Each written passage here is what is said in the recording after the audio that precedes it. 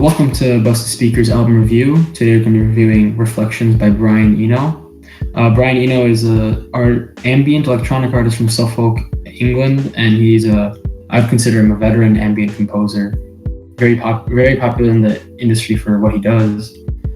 I mean, for me, first impressions, this is my first full-length Brian Eno project, and I just didn't really find it that interesting. It was 54 minutes of just a lot of popping bubbles, that's what I thought, so... Right, well, I heard his 2012 ambient album from, 2012 obviously, and called Lux, and it wasn't too good. It had 4 tracks, it was longer than this one, and they were a slog. I know he kind of visioneered the genre as a whole, and he's a master of the craft, but I didn't see much progression from that to here, although I did enjoy it more. Yeah, I don't have much experience with ambient music in general. I've got some albums that have ambient elements, like Future Sounds of London, Lifeforms, and Boards of Canada's Geo Gaddy, I have no idea how you pronounce it.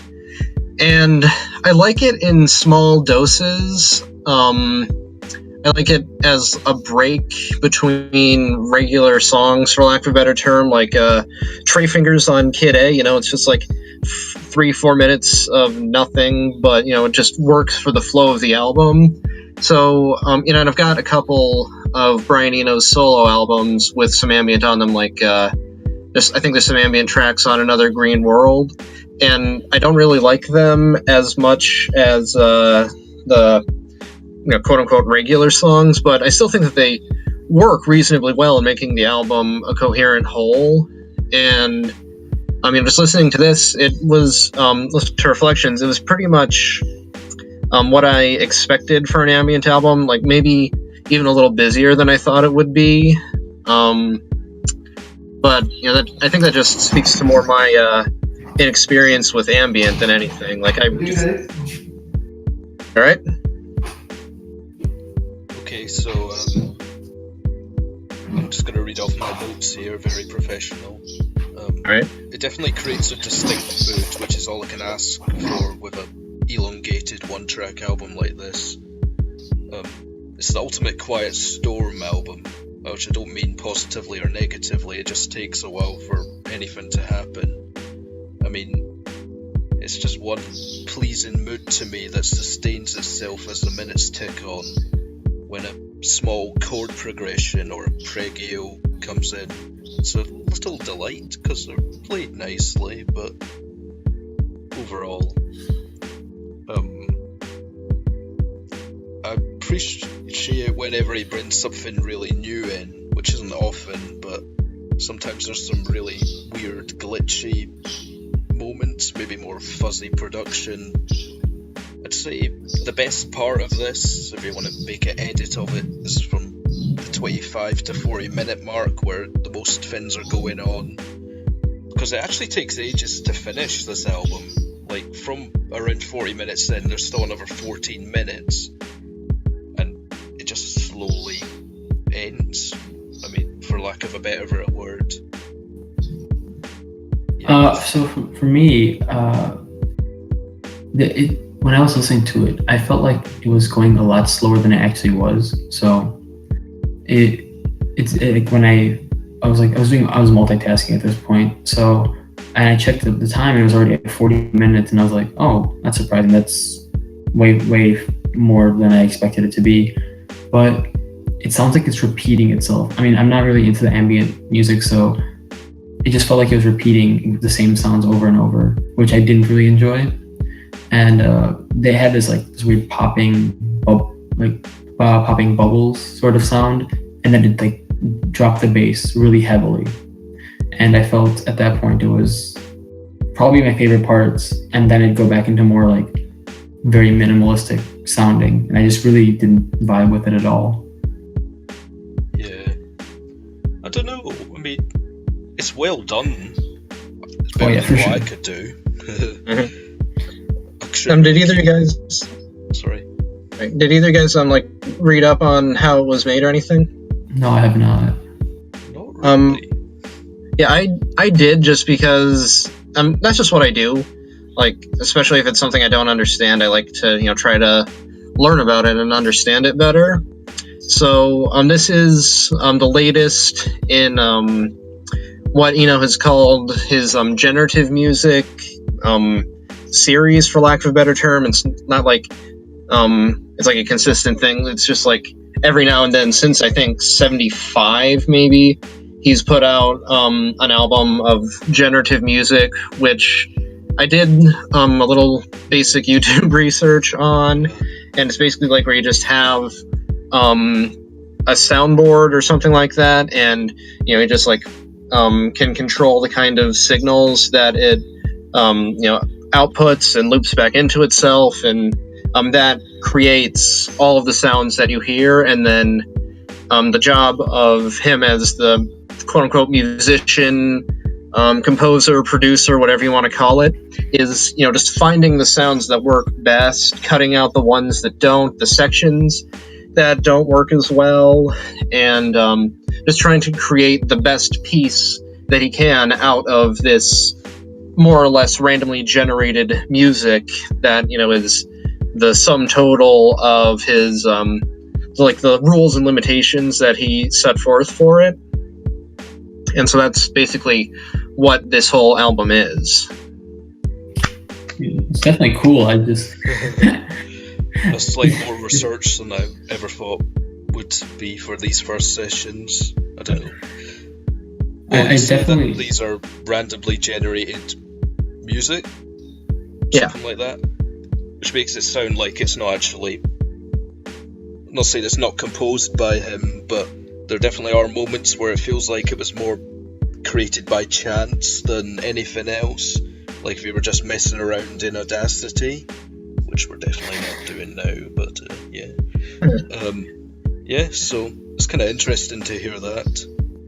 I actually got the chills a couple of times while listening to it. I don't know, just maybe because of that bass drop, but I got goosebumps on my arms and stuff. It's really weird.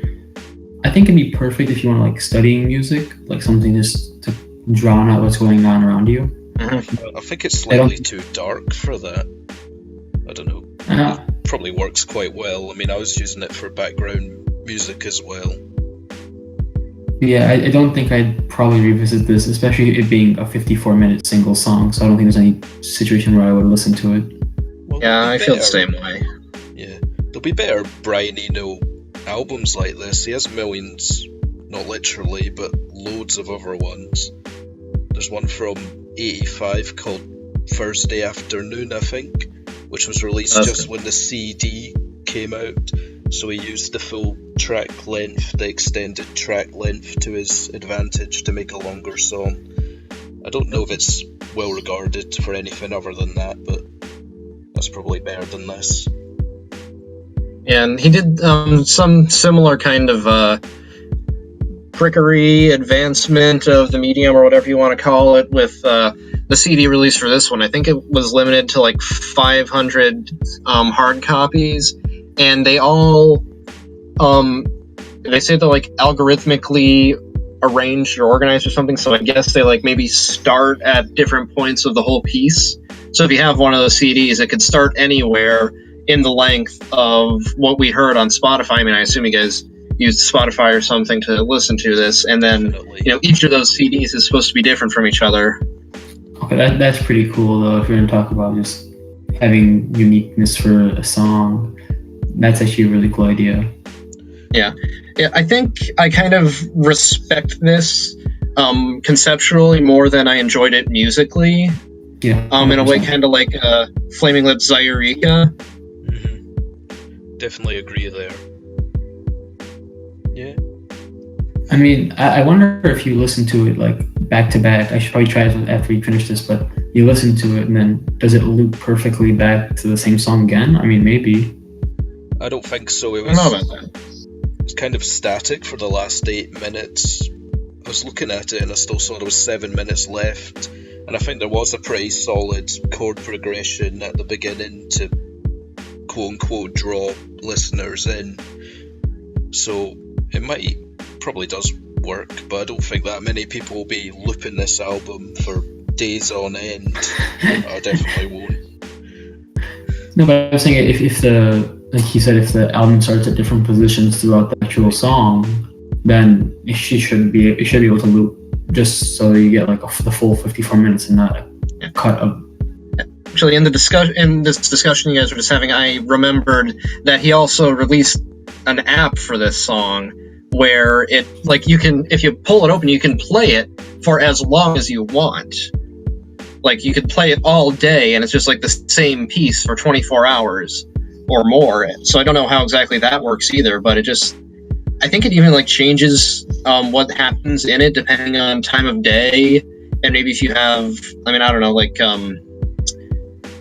what do you call it? Like all phones kind of have the gyroscopic tracking on them, so I don't know, maybe if you go for a run it does something different. Maybe I'm just making up complete crap just to sound like I know what I'm talking about. But he's just like taking more advantage of modern technology than I think a lot of people are these days. I mean, you got people releasing visual albums to coincide with their regular CDs or Apple Music releases or whatever, and then you got this guy making an actual app to play this piece all day long if you want it. I just think it's really cool. Yeah, I'll definitely be getting that 24-hour fin for my summer holidays. That'll sort me out, yeah. So, like the album, it fades out. What would you rate it, Alex? Well, it was composed pretty well, but wasn't done to my tastes, which are probably unrealistic and unfair for an ambient album since I've never really tried the genre. It's between a 5 and a 6 out of 10 for me, probably closer to a 5, but yeah, I'd say around that. How about you, Cam? Yeah, I think I'd give it a 6 too, just for like what it did for me, how often I think I'd ever revisit it. But definitely probably an 8 at least for just what it, like, just the possibilities that I think it opens up for music distribution, music creation, just taking advantage of modern technology, especially for someone who's been in the industry as long as him, to be willing to advance himself beyond analog tapes and stuff like that, and just fully embrace the technology at hand. It's really commendable. So you're gonna give like a 6 or 7, you say? Yeah, I think I could average it out to a 7. Yeah, so I mean, it's really cool learning about all this other stuff he did, like with the app and that kind of stuff. But to me, I think the rating for me is just gonna stick to a good old 5, which is average. And I enjoyed listening to it. I don't think I'll revisit it, but it was something interesting and definitely something worth trying. Yeah, same. I don't think I'll ever be revisiting this unless I'm very unlucky one day and it's one of those 500 copies I just find in a bargain bin. They'll never be found there. Those will be collector's items, definitely. Oh, yeah, for sure. Okay. Thanks for tuning in to Busted Speakers. Please like and subscribe if you enjoy our content. We really do appreciate it. Check us out on social media for the latest news and updates and things going on with our channel. And follow the links below for some other great videos we've created. We know you'll enjoy them.